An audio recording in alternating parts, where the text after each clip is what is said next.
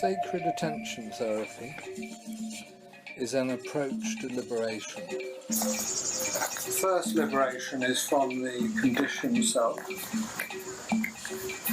psychology of early life. The second liberation is from the realization of the true nature, the fulfillment of oneself as a personality. And the third liberation is the liberation into the life of spirituality and spiritual practice.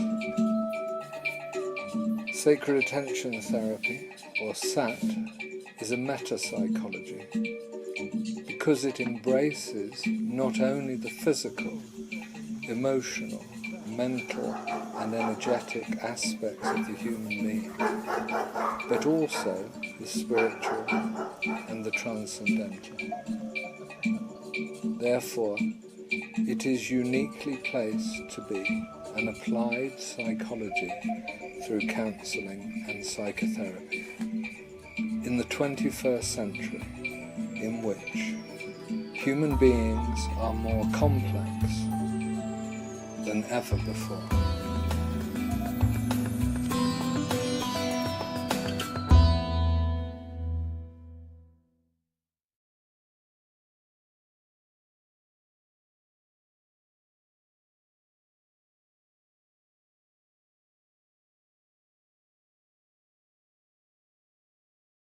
Welcome to the fourth in a series of interviews with Richard Harvey. My name is Rob Meager. Today's interview will discuss the lecture, I Am Responsible for Myself, I Am Responsible for You, from the Substantia lecture series. This lecture is available in written form in Bodhi Ocean, an ebook that is available on the books page of the Sacred Attention Therapy website. You can listen to the full recording of many of these lectures on the lectures page. Lastly, you can view many other interviews on the videos page of the Sacred Attention Therapy website or on our YouTube channel. The URL for our website is www.sacredattentiontherapy.com, and on our website you can click on the YouTube channel icon to view our YouTube channel. And now a little bit of background about Richard Harvey. Richard is a psychospiritual psychotherapist and spiritual teacher. His work emerged out of the human potential movement of the 1970s.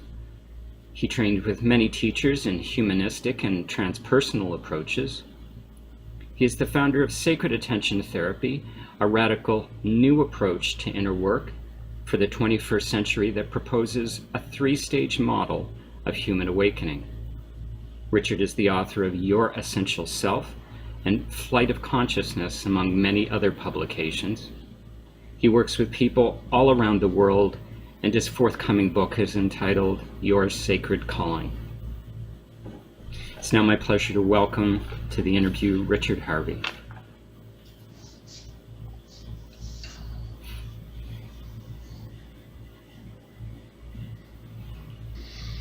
It's a pleasure to be with you as always. And with you. And I'm just noticing that the lecture we're talking about today is almost exactly 11 months since it was given. Nearly a year old. Okay. Nearly a year old. It doesn't seem so long. No. And an interesting lecture indeed. I am responsible for myself. I am responsible for you. And as is the case with so many of these lectures, just so much material potentially to cover. And so I want to try and get to the heart of it fairly quickly, but I want to open first with how you actually opened the lecture. And this lead-in I'm going to share is a bit longer than normal, but it's actually more for the benefit of those listening and watching. You opened the lecture this way, quote, "Among the great triad of human inquiry, which is who am I, who is the other, and who or what is God, is a fourth or perhaps inherently implied question. It is, how should I live? How should I live inevitably involves a relationship to others, and that relationship in turn involves a relationship to ourselves. From there, all else is possible. The relationship with ourselves, as possibly everyone more or less is beginning to understand, is primary, critical, and, usually for us all, in need of re-examination and understanding. Relating to ourselves is a funny one when you think about it at first.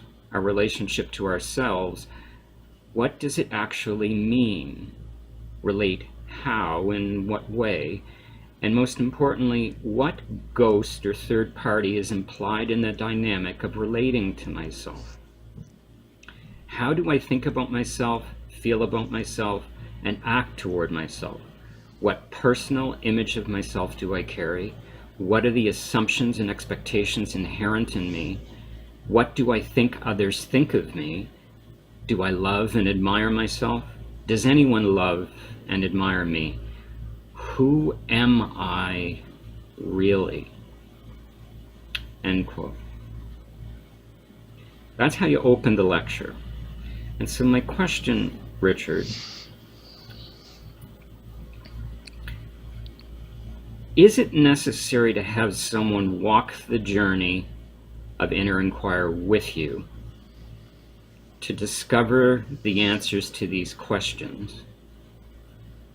Or can one find the answers on their own without a guide?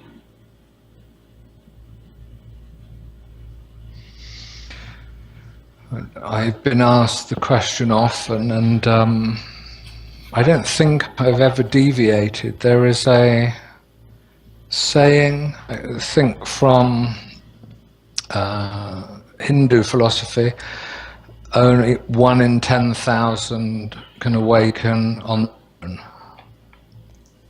And I think I'm quoting that right. A long time since I heard it, but I remember it made a great impression on me, and I think I felt a bit like possibly we all do in relation to inner work, which is, well, I can feed myself, I can car, I can generate children and plans and projects and live a life. I mean, why on earth not?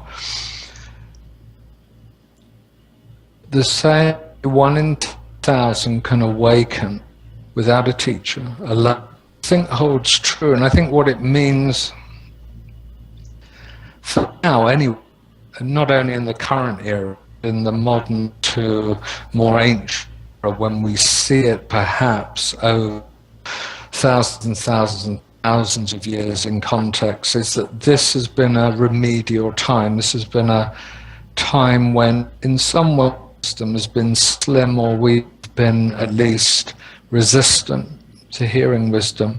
I know I was in my own inner work, and I know many people, as I'm sure we all do, of those of us involved in therapy and inner work and spiritual practices like meditation, who have friends and acquaintances who would say, well, you know, I gave up doing it. It didn't get me where I wanted to go. Instead, I decided to stop wasting my time and go and have a family or earn money or go traveling or something. And I mean, we understand this, surely. It seems like a more fruitful way.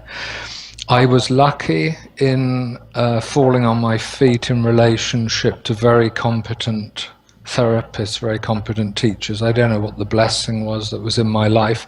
I find it very hard to relate, really, if I'm honest, to people who say, can you help me to find a therapist? You know, what would you advise? And I can, of course, come up with all sorts of strategies and good ideas, but I'm always reluctant with that kind of thing because I never had to do it. I just fell into it, and there were people who scared me and terrified me and knew much more about the inner realms than I did. And I know that, speaking for myself, I was far too tricky. I was far too indirect and ignorant and manipulative and basically terrified to really face those moments of decisiveness in inner work. I had strong teachers. I had people who were there who would just turn me towards it and say, go that way, you know, and I'd be sweating and my teeth would be chattering, and they'd say, that way. And I go, okay. Because of the relationship with them, because I trusted them, because I had ultimate faith in them, because I knew that they knew what I was going through, and I knew I didn't. And so on the basis of this, but of course not merely on that basis, I would never predicate the whole of human experience on just mine alone. But at this point, being a bit long in the tooth and having worked with a number of people, I'm confident about it. You must have a teacher, a guide, a therapist, a counselor, a priest, somebody in whom you have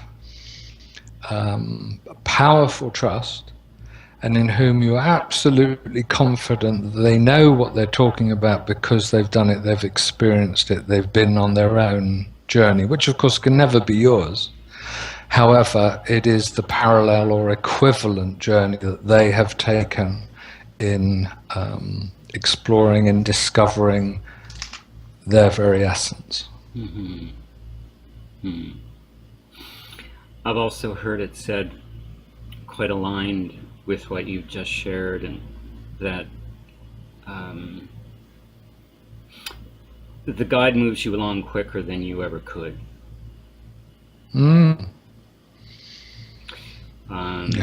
Yeah. They collapse time.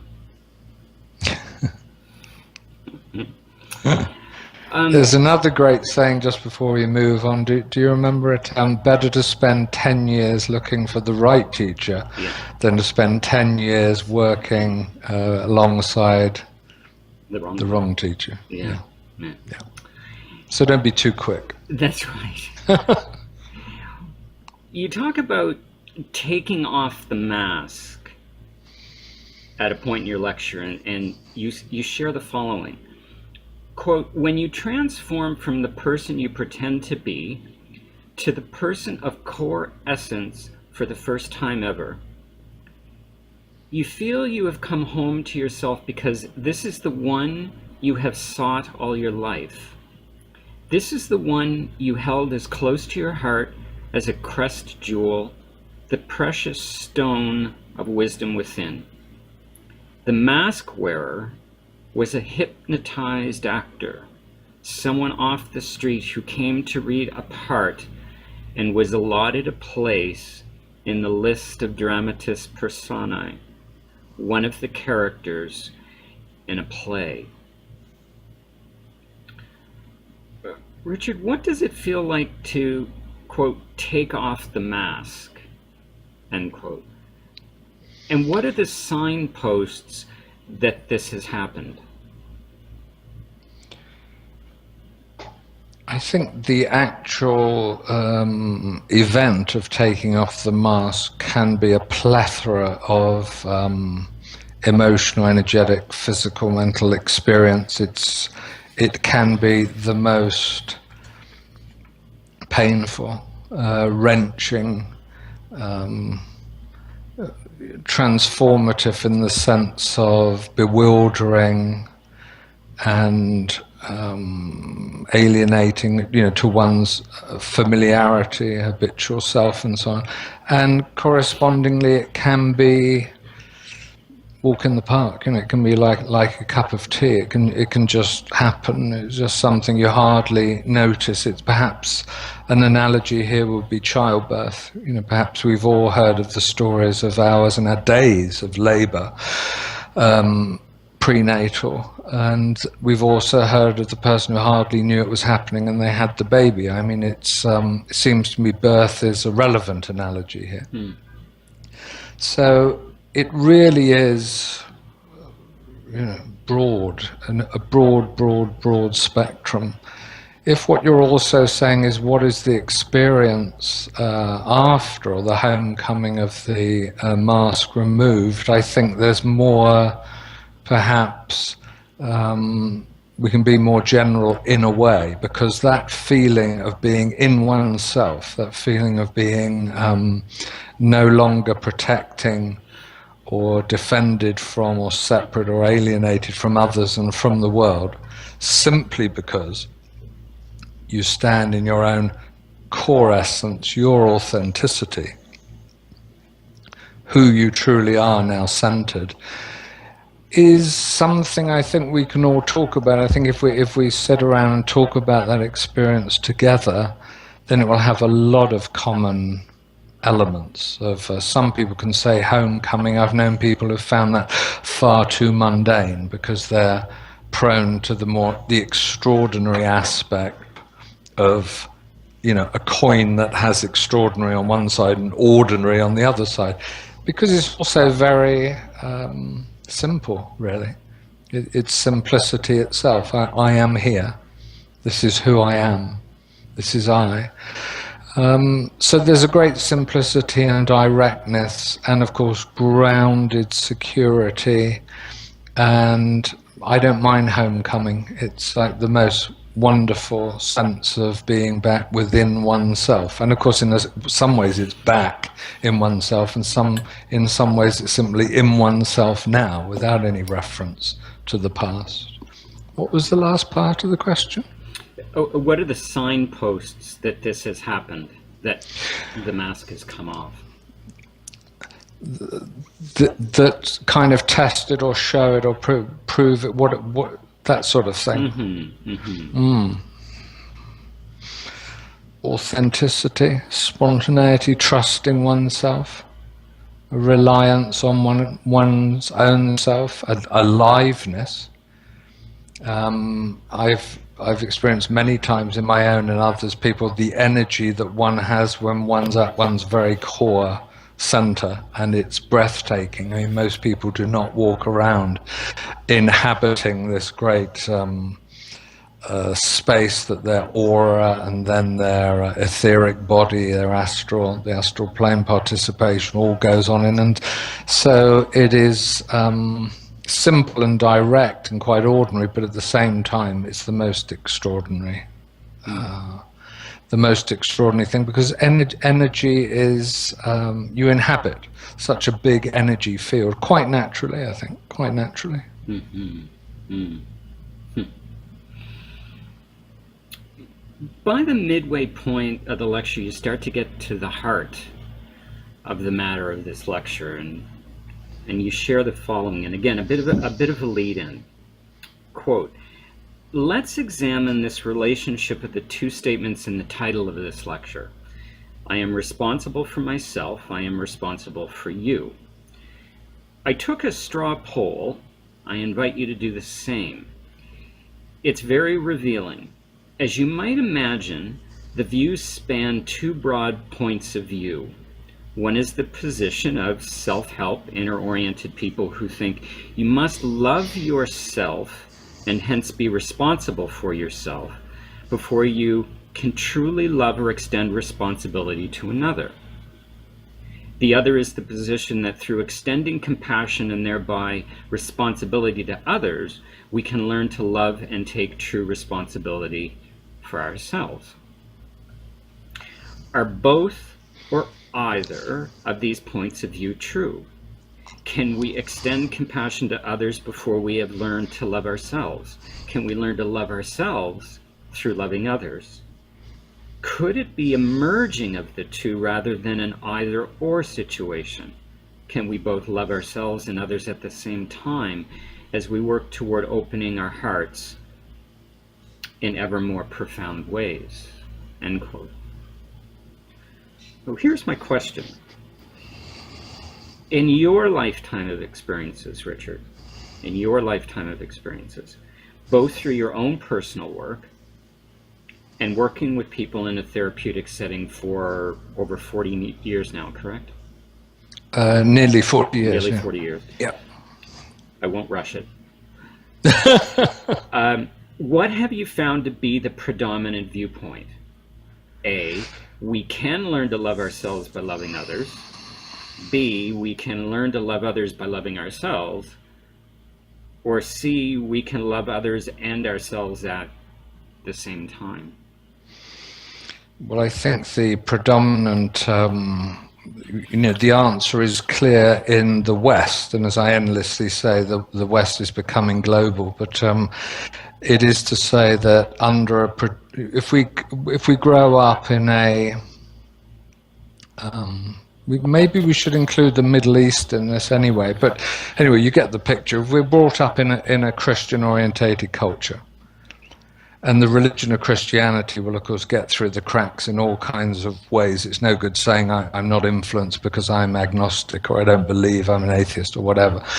Then I think by dint of that, it's very unlikely we will actually be heretical in spite of the, the famous anecdotes, the famous stories and publications, say St. John of the Cross and St. Teresa of Avila, Julian of Norwich and all the rest, which is to say that the gnosis, the idea of gnosis or finding God within, heretical as it was in the 16th, 17th century, whatever, still in a sense remains ideologically somewhat heretical. People will be expected to, therefore, do good unto others in order to find their own way to their heart, or rather their heart is expressed in the idea of service or kindness or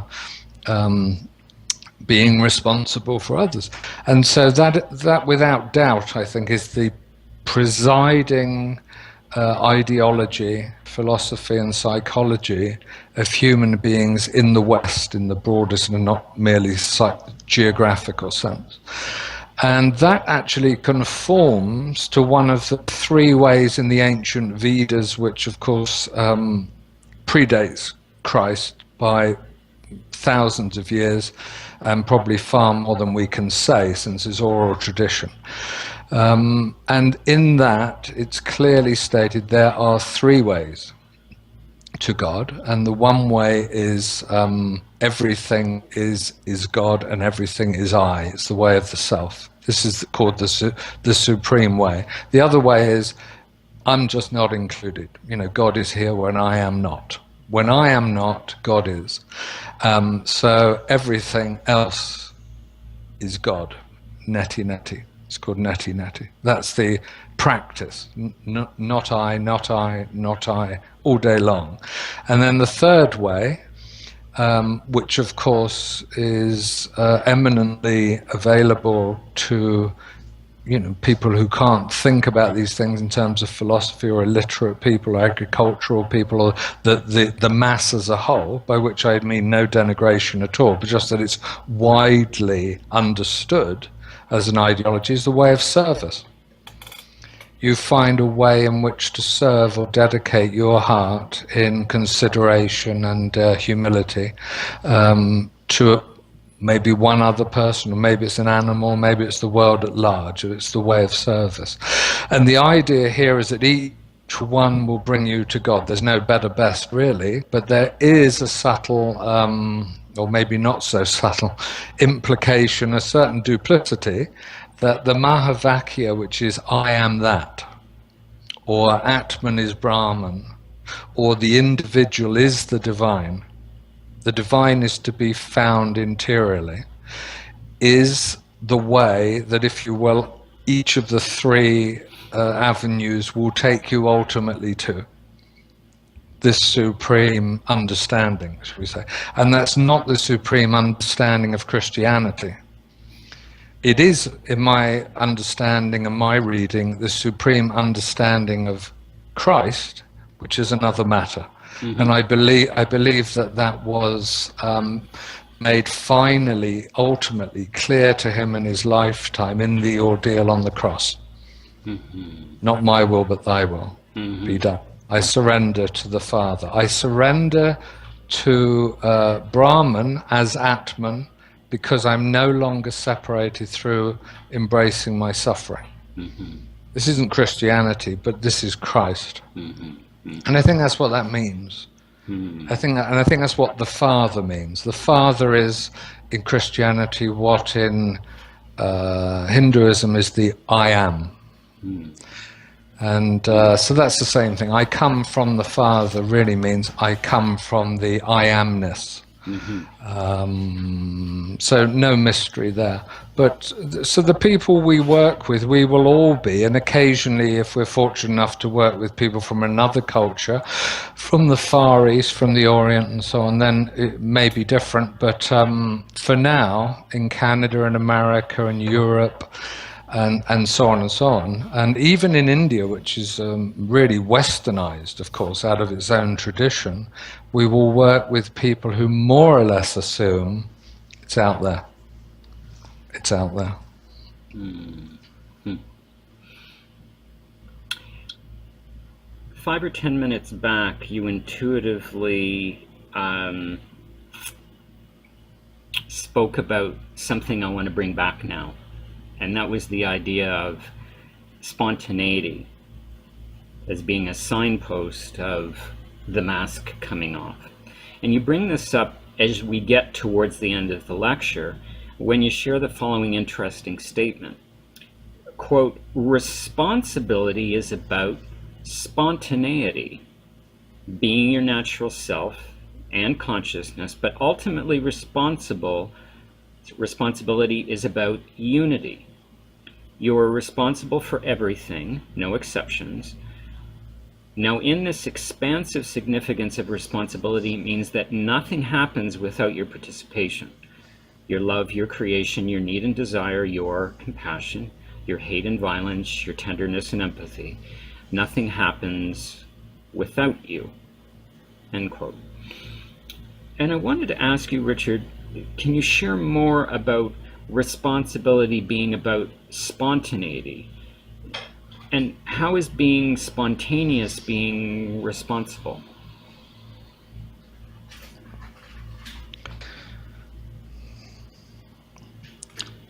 The thing to remember about spontaneity is if you accept, and we're coming at it in a sense from the high end, but if you accept that we are fundamentally spontaneous as opposed to considered and strategic and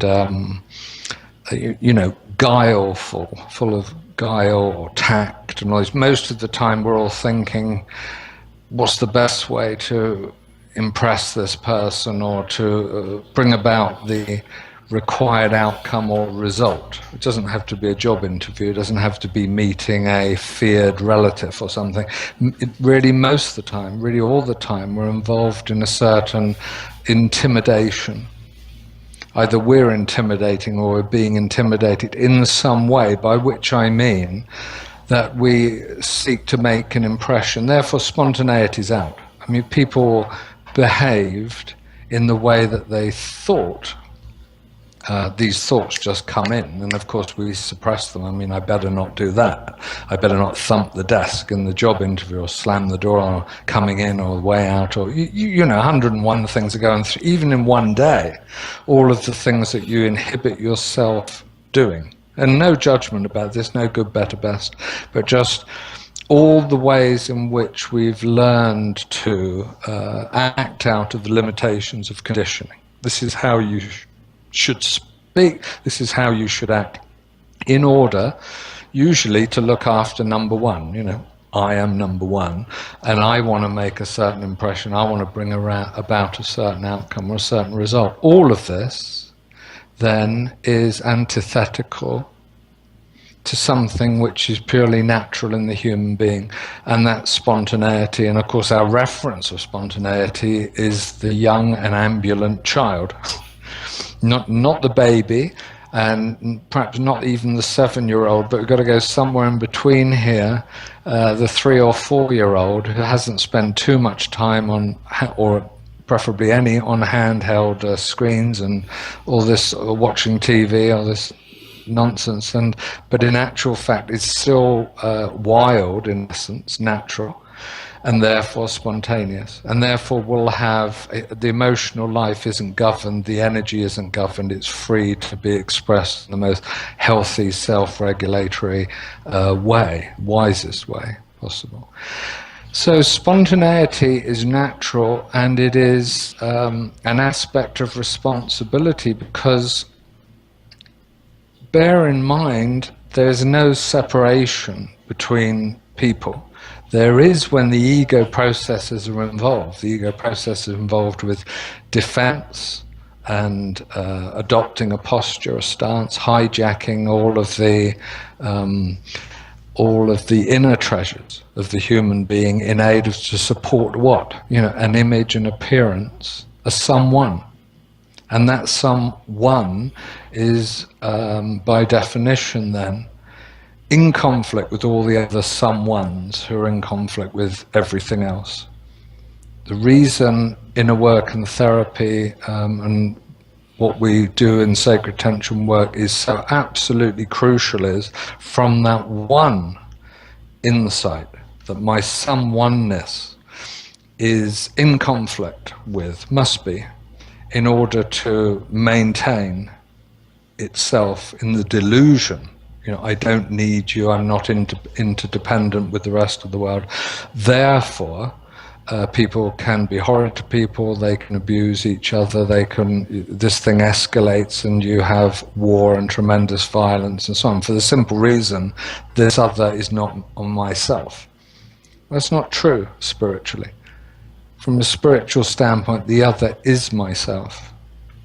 And therefore, out of spontaneous compassion, not a diplomatic, tactful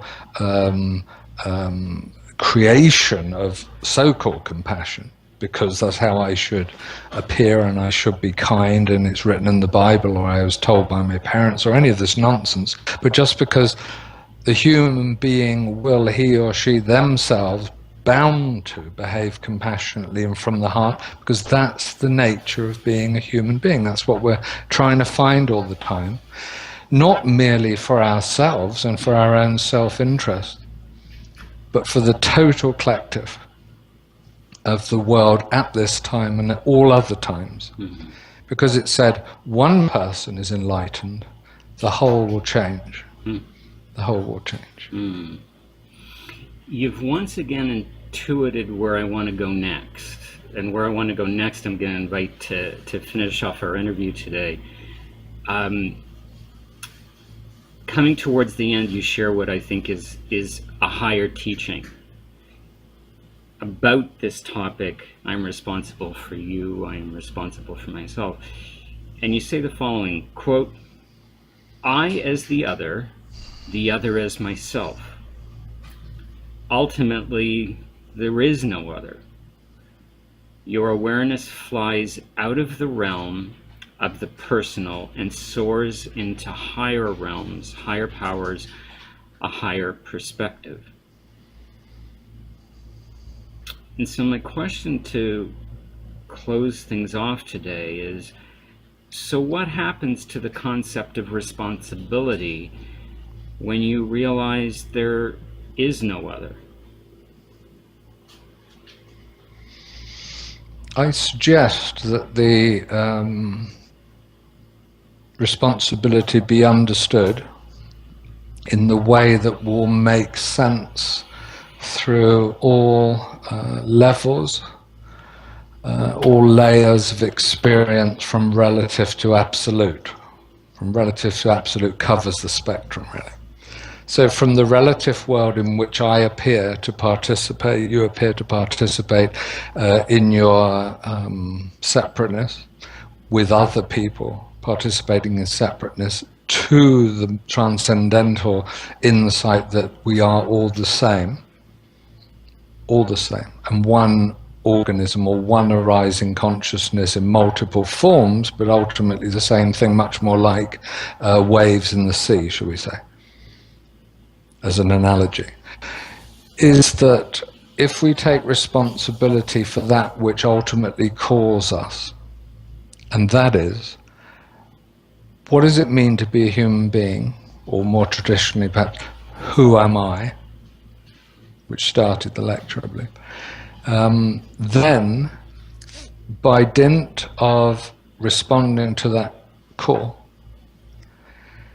you can become yourself and then manifest the love and the compassion and the sincerity and the responsibility and all of the precious aspects of the treasure house within, in your own heart, that will change absolutely everything in your life, but also everything around you. Because when you see it differently, it has enormous influence. You're aligned with truth. And it's not even the 100th monkey syndrome. The 100th monkey is this idea, there's so many of us. I've alluded to this. It's been alluded to endlessly. But it's still a relative way of looking at it. You know, it says something like when 50,000 of us awaken, there'll be some kind of alignment shift into a sort of centrality, and everyone else will somehow wipe up and sort of accelerate into it or something like that. But let's look at it another way. I mean, maybe it's true, maybe it isn't, maybe it's a way of looking at it. But it doesn't have much relevance in a world in which there's no separation and there's no individual identities. Because as soon as you start talking about 1 or 2 or 50,000, it's kind of meaningless. I mean, how many waves are there in the sea? Or is it just one sea? So it really depends on how you come at it. Mm-hmm. The primary responsibility you and I have is to respond to the inner call, to wake up to truth, to reality, to who we really are. That's it. And it's spontaneous, and it's compassionate, and it's all these things we'd love to be and struggle with our conscience because we'd love to be them, because we immediately identify the existence of the ego self trying to take on the merit, you know, it's somehow a badge of our goodness. And then we'd say Robert or Richard, what a good person they are. You know, and we know there's something wrong with that.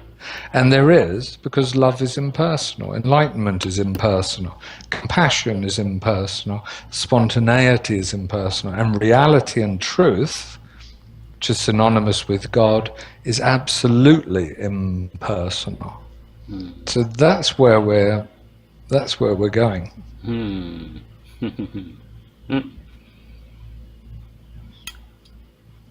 Nice place to end the interview and bring it to a close. The next lecture in this 6-part series is entitled, "Wherefore art thou? The God who has forsaken me blesses me also." And I look forward to discussing it with you, Richard. Thank you. Thank you. Bye-bye.